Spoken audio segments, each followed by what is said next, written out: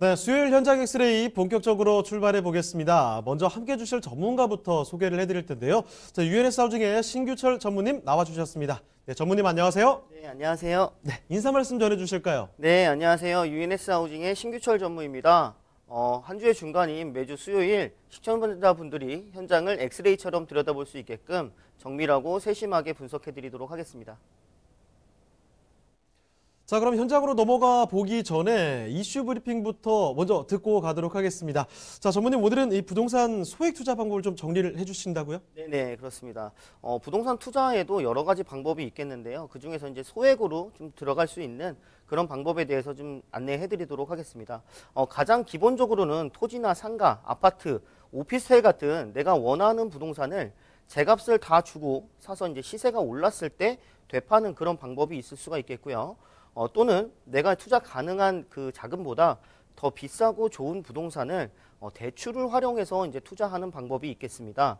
또 이제 전세를 안고서 투자하는 그런 방법이 있을 수가 있겠고요. 리츠를 활용하는 방법도 있습니다.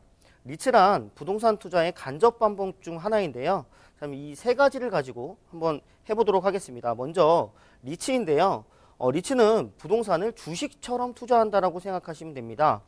주식은 기업을 보고 이렇게 투자를 하고 회사가 영업이익을 냈을 때 이렇게 배당을 받는 그런 구조로 되어 있는데요. 리츠는 부동산을 보고 투자를 하는 겁니다. 수익형 부동산, 뭐 예를 들어서 오피스 빌딩, 뭐 여기에서 나오는 임대 수익을 배당해주는 그런 방법이라고 생각하시면 될 것 같습니다. 물론 이 부동산 가격이 올라가게 되면 그 자본의 가치에 대해서도 향유를 한다라고 생각하시면 될 것 같고요. 리츠는 간접 투자 방법입니다.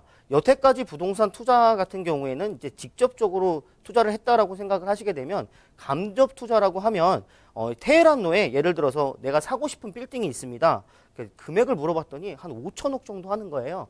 그럼 실제로 이거를 사기가 좀 힘들겠죠. 이런 것들을 쪼개서 예를 들어서 5천원짜리로 만들어 가지고 주식 한 구자를 사듯이 이렇게 투자를 한다라고 생각을 하시면 될 것 같습니다. 그래서 이제 간접 투자 방법이 되겠고요. 이런 방법들은 정부에서도 부동산 규제를 여러 차례 이렇게 내놓고 있는 가운데 좀 권장해주고 있는 상황이라고 생각을 해주시면 될 것 같습니다. 이유는 아파트 투자로 몰리고 있는 것을 분산시키는 효과가 있을 수가 있겠고요. 또 리츠로 모인 자금을 이제 기업들이 사업에 활용할 수 있는 그런 방안들이 있을 수 있겠습니다. 장점들도 꽤 있습니다. 예를 들어서 뭐 조세 감면 혜택이라든가 관리가 용이하다, 아니면 유동성이 우수하다, 뭐 등등등 여러 가지 이 장점들도 있을 수 있겠는데요. 주의하셔야 되는 점도 반드시 있을 수 있습니다. 뭐 예를 들어서 오피스 시장의 악화라든가, 뭐 사모형의 불투명이라든가, 공모형을 흉내내는 그런 가짜까지 등장할 수 있기 때문에 이런 점들은 꼭 확인을 하시고 접근을 하시는 게 좋을 것 같다라고 말씀드릴 수가 있겠습니다. 자, 두 번째, 월세로 이제 투자를 하는 방안에 대해서 좀 설명을 드리겠습니다. 예를 들어서 보유 금액이 한 2억 원 정도 있을 때 실제로 이제 강남 3구 쪽에 위치한 원룸을 기준으로 해서 월세를 좀 뽑아왔는데요. 예를 들어서 대출을 활용하는 방법과 대출을 활용하지 않는 방법을 있을 수 있겠습니다. 두 가지 중에서 어떤 것이 더 수익률이 좋은지에 대한 내용인데요. 예를 들어서 매매가가 2억 1,300만 원이었을 때 월세가 1,000에 70만 원 정도가 나온다 하게 되면은 그냥 대출을 아예 활용을 하지 않았을 때에는 한 4.2% 정도의 수익률이 나올 수가 있겠고요.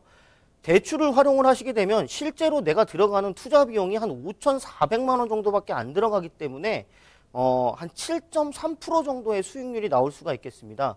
그렇게 되면 현재 2억 원을 가지고 있으신 분들 같은 경우는 약 한 4채 정도를 살 수가 있기 때문에 훨씬 더 유리한 투자 방법이라고 생각을 하실 수가 있겠습니다.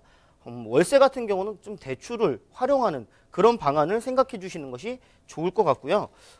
세 번째로는 이제 전세에 대한 투자 방법이 되겠습니다. 전세 같은 경우는 우리나라에만 있는 좀 특이한 제도라고 보시면 되겠습니다. 바꿔서 말하게 되면 우리나라만 존재하는 투자 방법이기 때문에 아주 적은 금액으로도 고가의 부동산을 이렇게 내가 접근할 수 있는 그런 방법인데요. 여러 가지 문제점도 있습니다. 왜냐하면 대부분 전세 가격이 80%에서 한 90% 정도로 높게 형성이 되어 있다 보니까 공실이 났을 때 그때 이제 감안할 수 있는, 감당할 수 있는 그런 여력이 있어야지만 투자를 하시는 것이 좋겠다라고 말씀드릴 수가 있겠고요. 이런 간접 투자 방법도 있고 직접 투자 방법도 있는데요. 정리를 해서 보게 되면은 약간 간접 투자 방법보다는 직접적으로 투자하는 방법이 더 유리할 수 있겠고요. 그냥 현금을 다 주고 사는 방법보다는 대출을 활용하는 방법을 이용하시는 것이 훨씬 더 유리한 투자 방법이 되겠다라고 정리하도록 하겠습니다.